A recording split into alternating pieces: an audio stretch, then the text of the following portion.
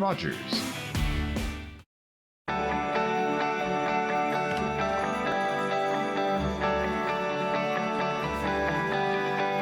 Vous regardez TV Rogers.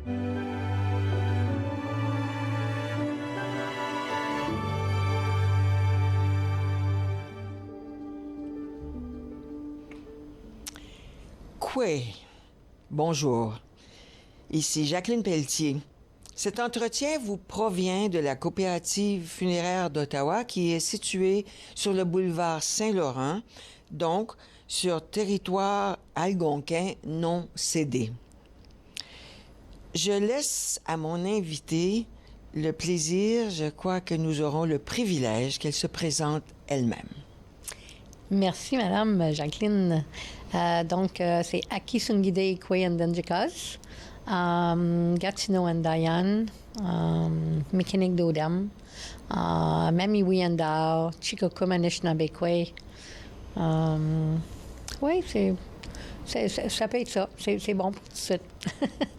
Allez-vous nous dire ce que c'est en français? Alors, mon nom, c'est Aki Sungide Ikwe. Alors, c'est mon nom spirituel, le nom qui me connecte avec les esprits. Ça veut dire femme de grand cœur, forte, gardienne de la terre-mère. Puis, j'ai aussi dit que j'étais du clan de la tortue. J'ai aussi dit que je suis une arrière-grand-mère. Dont vous êtes très fière. Oui, donc je suis très fière. Et puis, j'ai dit Mamiwi Endao, qui veut dire je suis nomade. Parce qu'aujourd'hui, c'est sûr, on va dire algonquin, mais algonquin, c'est un nom colonialisé, comme on peut dire. Donc, c'est pas vraiment le nom que nous autres, on utilise. Puis le peuple algonquin, on était un peuple nomade. Donc, on s'identifiait plus comme en disant Mamiwi. Donc, Mamiwi Endao, ça veut dire je suis nomade. Vous portez un vêtement qui a des allures un peu traditionnelles. Vous avez, est-ce que j'appelle ça la plume ou vous avez... Oui, j'ai une plume d'aigle que j'aime beaucoup tenir dans mes mains quand je parle parce que ça l'inspire. Oui. Puis, c'est aussi une connexion avec nos ancêtres. C'est la même chose quand on s'introduit. C'est pour justement faire cette connexion-là, établir une relation. Oui. Je vais vous lire un petit extrait d'un commentaire de Stéphane Laporte, paru récemment dans la presse.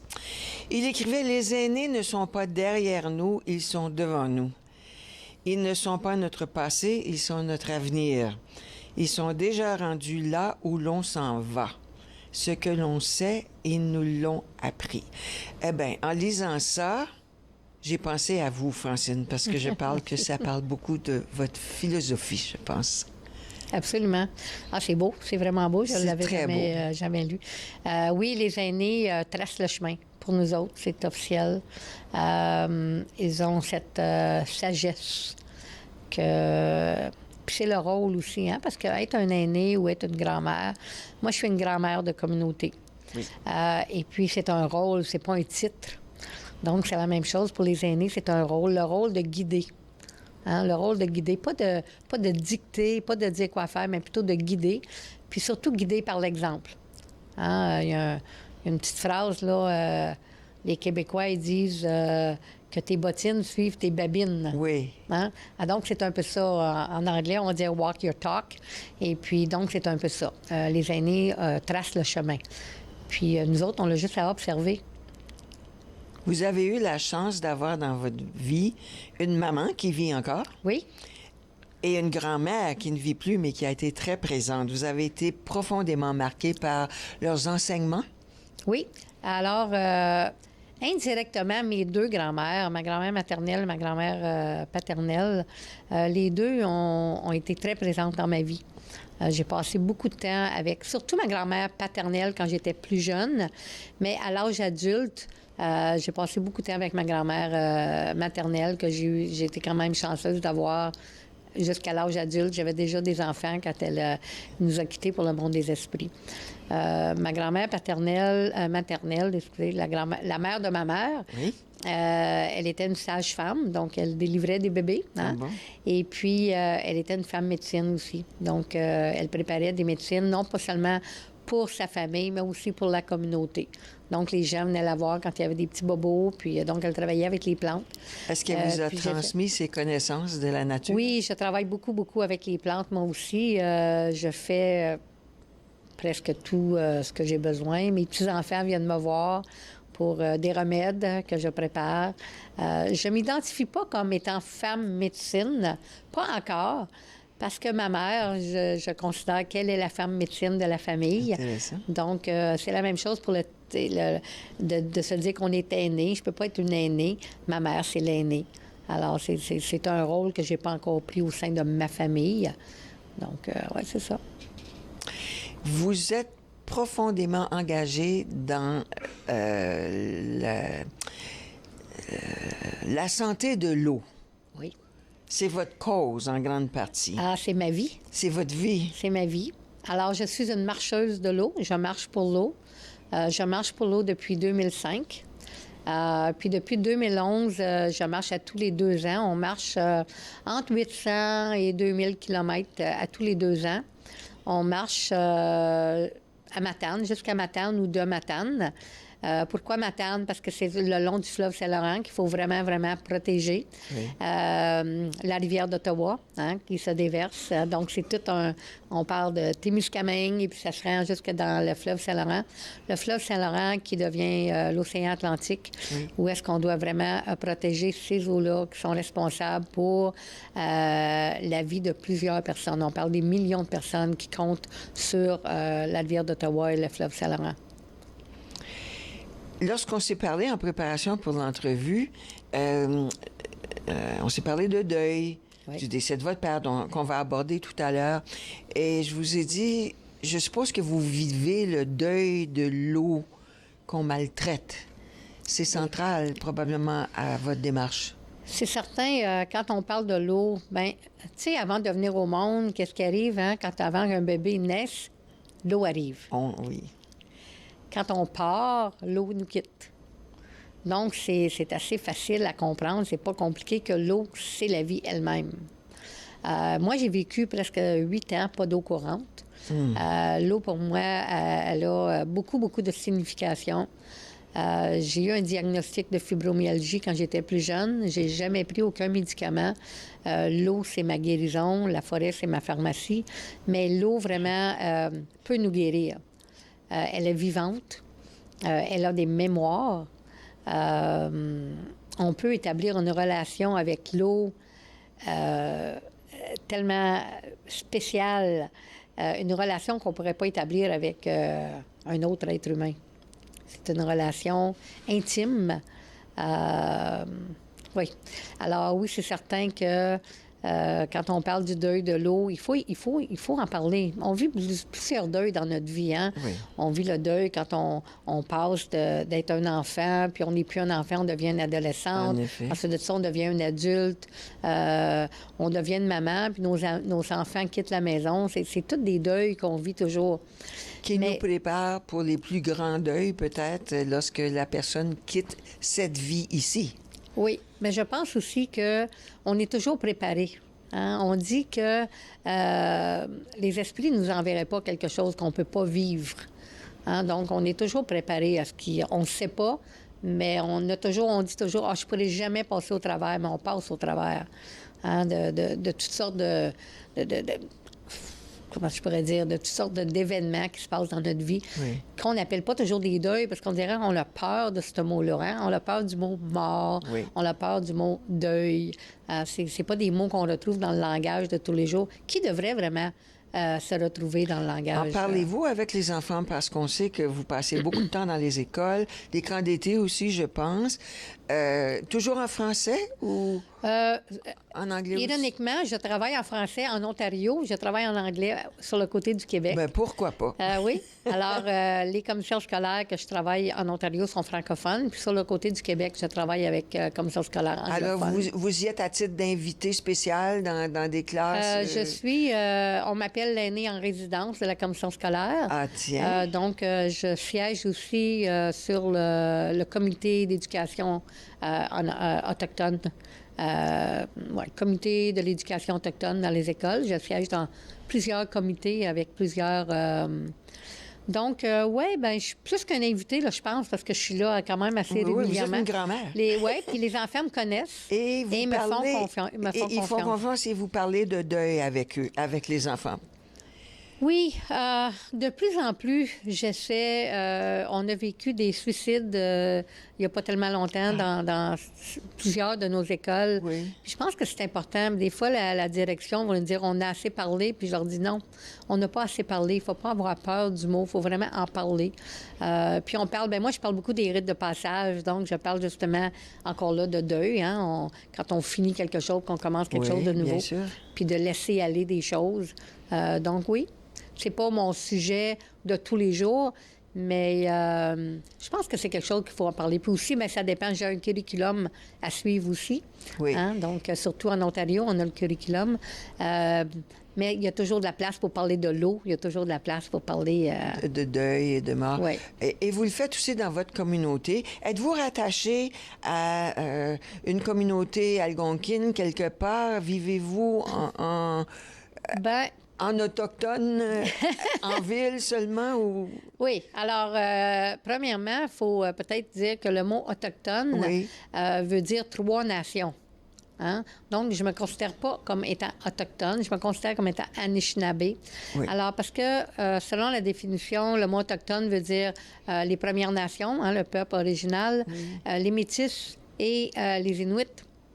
Donc, il ne faut pas confondre, parce que quand on dit autochtone, c'est large. Oui. Donc, j'aime mieux utiliser le mot Anishinaabe aux Premières Nations. Oui, je vis ma culture à tous les jours. Je suis hors réserve. Hein? J'ai toujours vécu hors réserve. Donc, il y en a plusieurs de nous autres, mais on fait quand même nos cérémonies, on se rencontre. On a des communautés hors réserve. Hein? Oui. Il y a plein de communautés hors réserve. D'ailleurs. Oui. On entend souvent parler des pauvres autochtones, qu'on dit, qui traînent en ville là, sans appui. Oui. Mais il n'y a pas seulement ça. Il y a toute une vie pleine d'énergie aussi, de spiritualité. Oui, il y a beaucoup de spiritualité. Même, des fois, c'est pas assez accessible, peut-être, mais on essaie de rendre ça de plus en plus accessible. Moi, je facilite des cercles à tous les mois depuis, je sais pas, 22 ans, là, je pense. Où tenez-vous les cercles? Chez moi.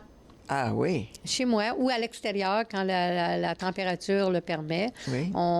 Déjà, on allait sur l'île Victoria, hein, qu'on n'a plus accès. Non. Maintenant, moi, je vais sur l'île Bates. J'aime beaucoup l'île Bates. Où est-elle, l'île Bates? Sur le pont Champlain, entre Ottawa et Gatineau.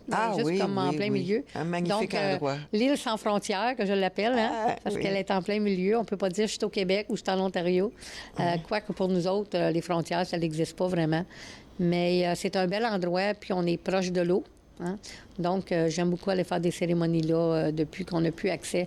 Puis, tu sais, aussi, il faut dire, on n'a plus accès à l'île Victoria, mais on peut quand même travailler avec la rivière d'Ottawa. Hein? Elle est si belle, notre rivière d'Ottawa. Elle est si belle. Je sais que votre père est décédé récemment. Oui, le 18 juin. On va consacrer une bonne partie de la deuxième moitié de notre conversation à ça. Alors, votre père est décédé et vous êtes responsable de l'accompagner dans son voyage et de prévoir la cérémonie de sa vie qui n'aura pas lieu tout de suite. Pourquoi est-ce vous? Je suis l'aînée. Ah bon, vous avez plusieurs frères et sœurs? Oui, alors j'ai un frère et 3 sœurs. Oui. Mais c'est pas moi seule, hein. J'ai aussi une autre sœur, alors on est 2, mais elle vit un peu à l'extérieur, donc je m'occupe un peu plus, mais on fait ça ensemble, on se parle tous les jours, on organise ça ensemble. Mais mes parents avaient très bien organisé leurs choses. Mon père, tout était avec la coop, en fin de compte, à Gatineau. Bon? Oui. Donc, tous les arrangements étaient faits à l'avance. On n'a pas vraiment grand-chose à faire. On fait juste suivre ses volontés, ce que lui voulait. Hein, mais ce qui restera à faire, c'est la tradition. Et ça, on va en parler au retour de la pause. Alors, une petite pause, pas trop longue, et je vous reviens avec grand-mère Francine.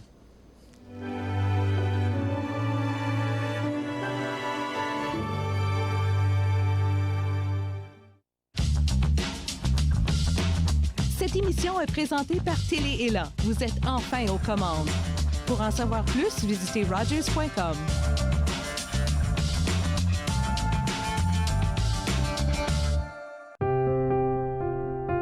Les commerces, les restaurants et les services locaux d'Ottawa font partie importante de notre tissu urbain.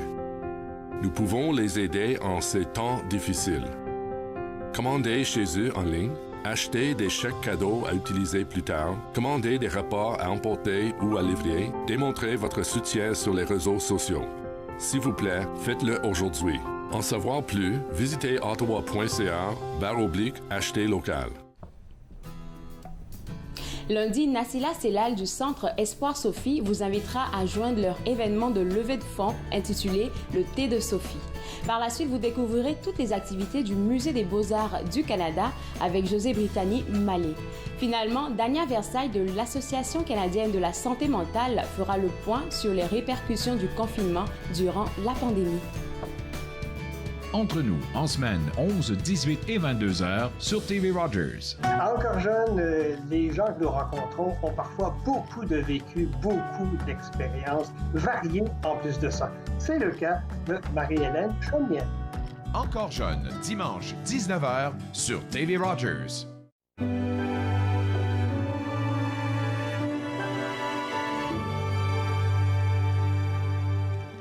Bon retour. Je suis ici avec grand-mère Francine Payet, grande défendresse de l'eau et qui prépare les funérailles traditionnelles de son père décédé il n'y a pas très longtemps.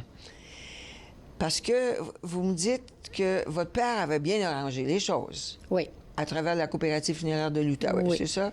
Oui. Alors, sur le plan testament, documents, tout ça, mais il y a autre chose. Oui. Votre père a entrepris un grand voyage. Oui. Faut pas le déranger. Il ne faut pas le déranger. Alors, c'est certain, puis je pense que j'en avais peut-être un peu mentionné quand on s'est parlé un peu avant l'entrevue, mon père n'était pas un homme traditionnel. Hein? Donc, mon père n'était pas, même si ma grand-mère, mon arrière-grand-mère était de la nation Cri, mais parce qu'elle avait marié un Blanc, elle a perdu son statut. Puis mon père, il n'a pas été élevé dans la culture.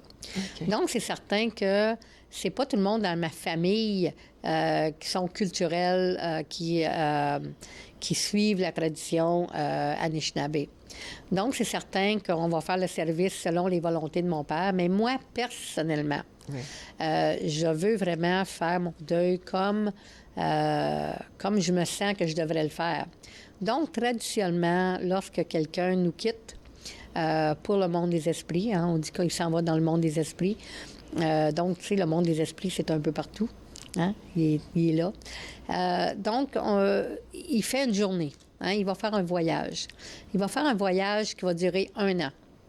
Puis pendant ce voyage-là, il peut rencontrer plein de pépins, plein de choses. Donc, il faut laisser son âme voyager tranquille. Ça, c'est ma perception. Oui. Ça ne veut pas dire que c'est la perception de mes sœurs, de mon frère. Ma mère, on en a parlé un peu. Elle voit ça un peu comme moi, là, je ne peux pas dire exactement, mais oui, elle voit ça comme ça aussi. Donc, normalement, on ne mentionnerait pas son nom. Je ne lui demanderais pas de m'aider dans quelque chose, parce que là, c'est moi qui dois l'aider. Hein, c'est moi qui dois lui donner la force de faire ce chemin-là. Donc, pendant 1 an, je vais respecter son voyage. Vous allez le laisser en paix. Je vais le laisser en paix, absolument. C'est important pour moi de suivre cette tradition-là, qui pour moi fait bien du sens. Ça fait tellement de sens que de laisser les personnes, quand ils viennent de partir, là, c'est pas le temps, « Ah, j'ai besoin de ci, j'ai besoin de ça. » Bien là, tu sais, il faut qu'il se rende à quelque part, là. Tu sais, il faut qu'il fasse son chemin. Où est-ce qu'il s'en va? Un peu partout. Je pense que le chemin... Je me suis souvent posé la question, hein, c'est jamais... tu sais, on en parle des fois dans les cérémonies, tu sais, traditionnellement, on laisse aller la personne pendant 1 an. On fait une cérémonie la journée, quand ça fait 1 an. On va faire un gros festin, on va faire une cérémonie. On va aussi le nourrir, hein.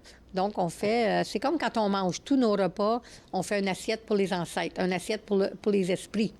Donc, ce qu'on mange, on va le partager, on va le mettre dans une autre assiette, puis on va offrir cette assiette-là, soit au feu, soit à la terre, soit à l'eau, dépendamment le genre de cérémonie. Oui. Puis ça, c'est pour nourrir, justement, nos ancêtres, nourrir les esprits. Alors, je pense que pendant le voyage, tu révises un peu ta vie. Hein? Tu révises un peu ta vie. Puis des fois, tu as peut-être eu des petits accrochages dans ta vie, donc tu dois être capable de résoudre, hein? C'est les petites choses que tu n'as peut-être pas résolues. Et quand vous pensez à votre père, vous vous dites, c'est ça l'œuvre qu'il poursuit pendant cette année-là. Oui. Oui. Alors, on dit que l'âme prend peut-être 3 jours à quitter le corps. Il y a des personnes qui vont dire 4 jours, des personnes qui vont dire 2 jours. Moi, je dis 3 jours. Est-ce que ça veut dire que l'incinération est bannie dans la tradition? Tu sais, c'est dur à dire parce que c'est certain que quand on se fait incinérer, notre corps n'est pas injecté de toutes sortes de choses. Hein. En effet. Alors, quand on défend la Terre toute notre vie, on ne veut pas la polluer. Oui. Hein? Donc, mais dans certaines traditions, disons que si on parle de la tradition iroquoienne, hein, les Mohawks, pour exemple, Oui. eux autres, le corps doit être enterré dans les 24 heures. Donc, avant le coucher du soleil, la journée même que tu décèdes,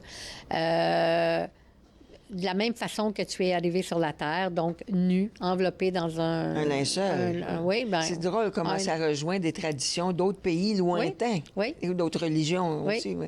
Alors, c'est comme ça. Et oui. puis, on vient d'avoir un décès l'année passée, au mois de février, qu'on a fait ça aussi. Le corps a été mis en terre tout de suite avant le coucher du soleil. C'est une tradition iroquoienne. Oui. Je ne sais pas si cette tradition-là a déjà existé parmi mon peuple. Ah, Hein, parce que c'est difficile à savoir avec la colonisation qu'on a eue, avec la perte de la mémoire. la perte de collective. mémoire, le vol, hein, je dirais plus le Oui, vol tout à fait. de la mémoire. Oui. C'est assez dur à être capable de vraiment mettre tout en pièces, comment ça se passait. Oui. Hein? Mais il y a certaines personnes ou certaines nations, dans les Premières Nations, qui ont peut-être plus suivi. Mais aussi, il faut dire qu'il y a la Grande Loi de la paix. Hein, il y a la Grande Loi de la paix. Parlez-nous-en. La Grande Loi de la paix, c'est récité à tous les 5 ans. Ça prend 1 mois à réciter. C'est une grande loi qui existe depuis plus de 2000 ans. Qui a été établie par la Confédération iroquoienne. Et puis là-dedans, ça comprend 114 wampum, 114 lois. Oui. Et puis, ça dit tout à partir de la minute que tu viens au monde, aller jusqu'à temps que tu décèdes. Une manière de constitution de la vie. Oui. Comme... Oui, oui, c'est un peu ça. Vous êtes tellement passionné. Et pourtant, vous avez grandi en ville. Oui, j'ai grandi en ville. D'un père qui était un homme urbain. Oui, très urbain. D'où ça vous vient, cette passion que vous possédez, que vous transmettez? C'est un réveil des mémoires ancestrales. Oh! Et puis, ça se passe à plusieurs temps de notre vie. C'est juste que des fois, on ne l'écoute pas. Puis moi, j'ai su l'écouter. J'ai su écouter les mémoires ancestrales. Je pense que la première fois que j'ai entendu le son d'un tambour, environ 25 ans passés, quand j'ai fait mon premier power, je pense que ça a réveillé beaucoup de choses. Et dire que c'était interdit par la loi déjà au Canada, les powwows, ainsi que... Le tambour, Oui.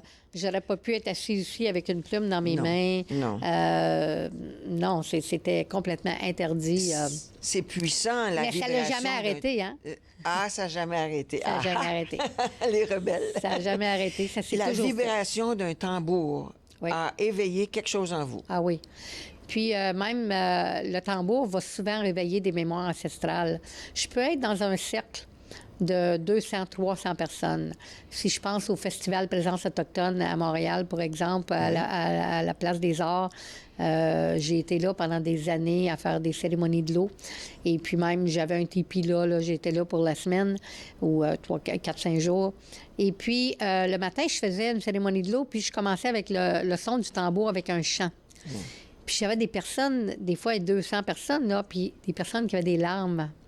Puis ils venaient me voir après, puis ils me disaient « Je suis tellement désolée, mais je sais pas, c'est comme tout bouge en dedans de moi, je sais pas ce qui se passe. » J'ai dit « Ben, j'ai réveillé une mémoire ancestrale avec le son du tambour. » Fait que t'as des ancêtres, parce que, tu sais, il veut dire, faut pas se le cacher.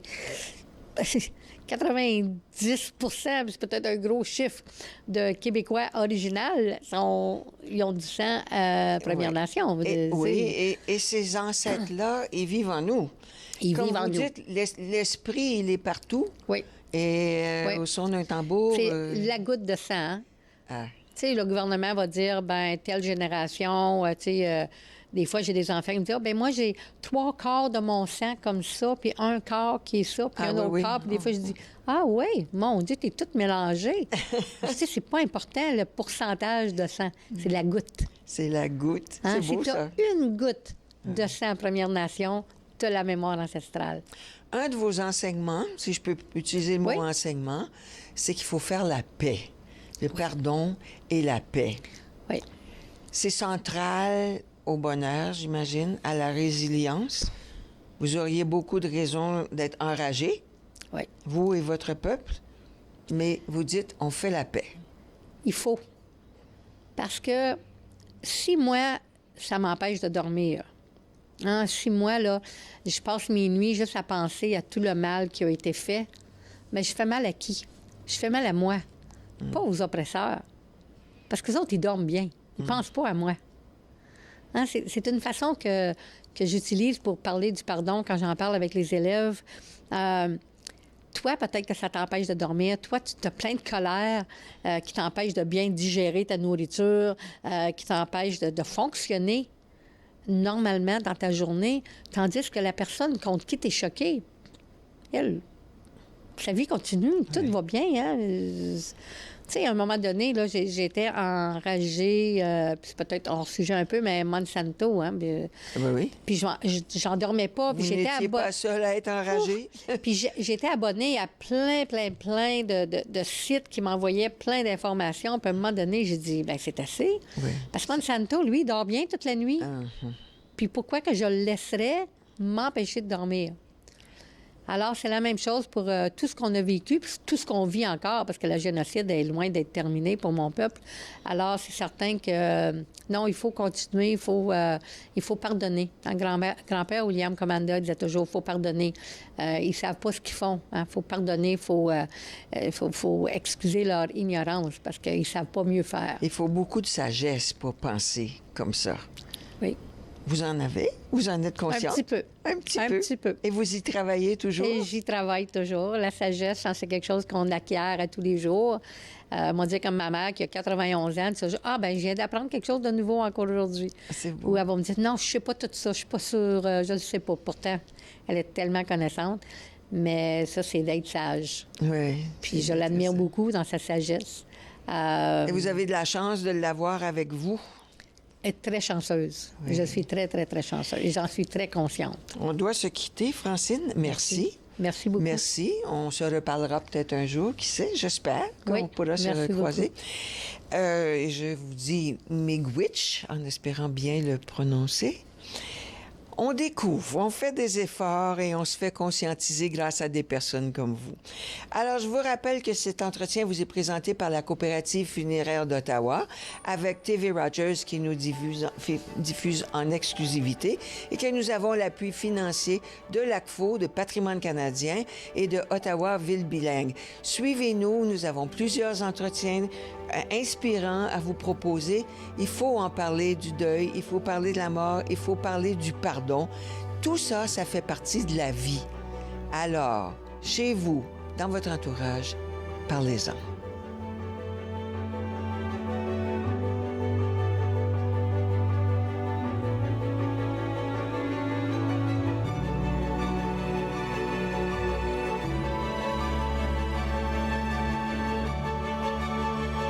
Faites-nous part de vos commentaires en composant le 613-521-2323 par courriel sur Facebook et Twitter.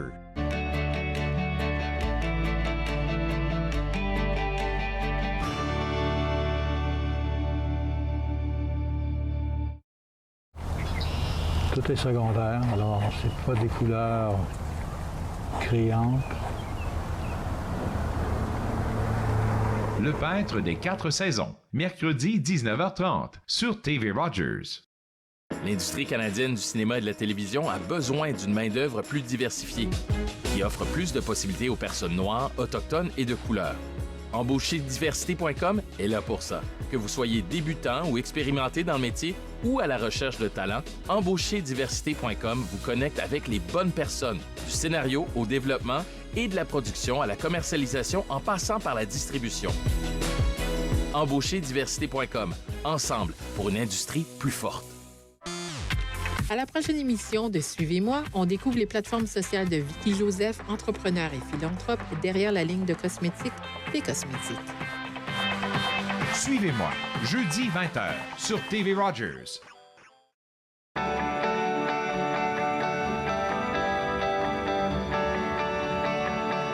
Vous regardez TV Rogers, Ottawa.